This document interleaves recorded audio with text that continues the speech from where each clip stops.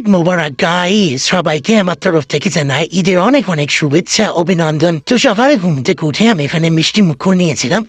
তারপরে বাড়িতে তো অনেক কাজ থাকে, সব কাজ বাজ করে এটা হচ্ছে আমার আজকে ঈদের আউটফিট। আমার এই ঈদের আউটফিটটা তোমাদের কেমন লাগলো কমেন্ট করে জানিও। তো আমি রেডি সেডি হয়ে আমি একটু উপরে গেছিলাম কিছু ফটো ভিডিও ক্লিক করার জন্য। আর এই দেখো ঈদের স্পেশাল গোস্ট এখানে প্যাকিং করা হচ্ছিল সবাইকে দেওয়ার জন্য। অনেক বছর পর আমি এবার যাবো আমার সব রিলেটিভসদের বাড়িতে গোস্ত দিতে। আর দেখো গ্রাম্য এলাকাটা কতটা সুন্দর লাগছে। যাই হোক, ফুমাদের বাসায় গোস্ত দেওয়ার পরে আমরা যাচ্ছিলাম এখানে আপুর বাসার দিকে। আর দেখো আমার মেহেন্দিতে হচ্ছে ঈদের স্পেশাল মেহেন্দি। তো যাই হোক, আপুর বাসায় যাওয়ার সঙ্গে সঙ্গে এখানে আপু আমাদের নাস্তা দিয়েছিল, আর আমি তো আপুদের বাসায় কিছু আইসক্রিমই খেয়েছি।